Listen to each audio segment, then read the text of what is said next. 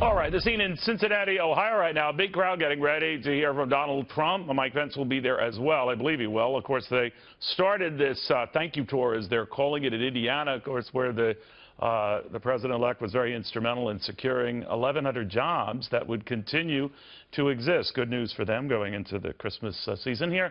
But in Ohio, a state he won conveniently and easily. Not one of those states that, by the way, is demanding a recount. He won Ohio by 8 points. But Wisconsin, well, that recount has started. It started today. Hillary Clinton's campaign asking for help with that. Happy to provide it. Now the Wisconsin Republican Party filing a complaint with the Federal Election Commission that the whole thing just stinks. It's something weird is going on. Initiated by Jill Stein, an independent presidential candidate, garnered a little more than 1% of the vote. What does she hope to prove here? The idea is proof of hacking that might have gone on. But again, this is not a hand recount here. So what is going on? Judge Napolitano, what do you think? Well, you know, good afternoon, Neil. It's always a pleasure to be with you. Same we here. Start out with the premise that the election laws do not guarantee a perfect outcome, but they guarantee a fair outcome.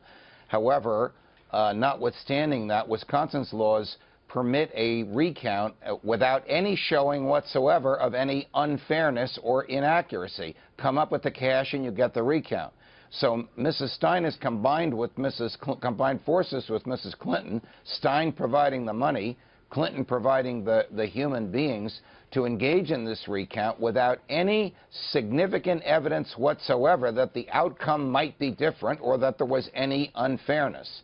So what is their goal? I guess the goal for Stein is to raise money for her fledgling little left-wing party for 4 years from now, and the goal for Clinton, God, is she going to run in 4 years, Neil? The goal for Clinton, I guess, is to unite with these lefties who deserted her last month. Yeah, I mean, if you combine the Jill Stein votes that conceivably would have gone to Hillary Clinton, you might make a case for some of these close states, Wisconsin and Michigan, maybe Pennsylvania. It would have been a different story.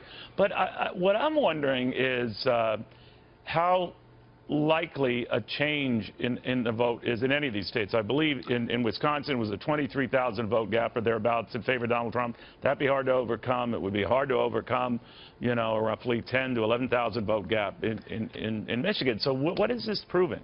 It's really not proving anything, Neil. I mean, if they find some errors, the errors will be so insignificant that they won't affect the outcome. And again, back to the law.